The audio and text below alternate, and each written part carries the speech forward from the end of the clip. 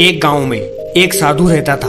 वह जब भी नाचता था तब बारिश होती थी। इसीलिए गांव के लोगों को जब भी बारिश की जरूरत होती तब यह लोग उस साधु के पास जाते और उससे अनुरोध करते कि वह नाचे।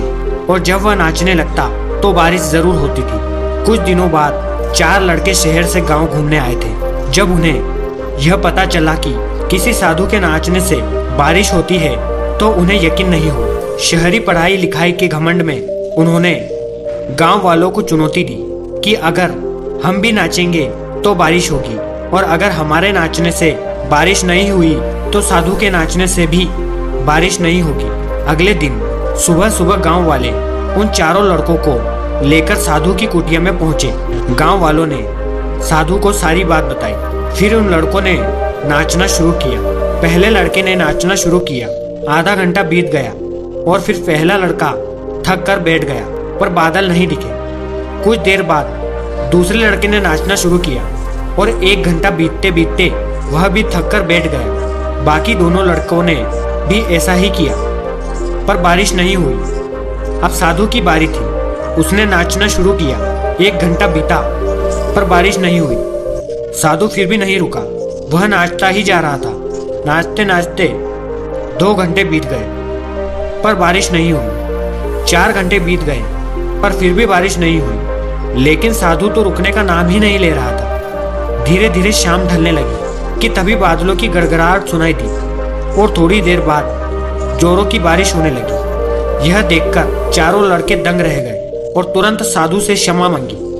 फिर 4 लड़कों ने साधु से पूछा, बाबा भला ऐसा क्या है कि हमारे नाचने से बारिश नहीं हुई और आपके नाचने से बारिश हो गई? साधु ने उत्तर दिया, जब मैं नाचता हूँ तो 2 बातों का ध्यान रखता हूँ।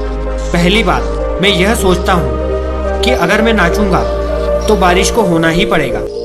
और दूसरी बात यह है कि मैं जब तक नाचूंगा जब तक कि बारिश ना हो जाए। सफलता पाने में भी यही गुण विद्यमान है। जो ऐसा काम करते हैं उसमें उन्हें सफलता जरूर मिलती है। सफल होने का भरोसा होता है और वह जब तक उस काम को करते हैं जब तक कि उसमें सफल ना हो जाए। इसीलिए अगर हमें सफलता हासिल करनी है तो साधु की तरह अपने लक्ष्य को प्राप्त करना होगा। इस कहानी से हमने ये सीखा है कि हमें अपने कार्यों में जब तक प्रयास करना चाहिए जब तक कि हम सफल ना हो जाएं। काफ़ी लोग अपने जीवन में हताश होकर बैठ जाते हैं और अपने काम को बीच रास्ते में ही छोड़ देते हैं, लेकिन ऐसा करने से वह दुखी जीवन व्यतीत करते हैं और यही उनके दुख का कारण है। साधु की तरह अगर हम भी अपने कार्य में लगे रहें तो निश्चित ही हम अपने लक्ष्य को जरूर प्राप्त कर लेंगे। इस वीडियो से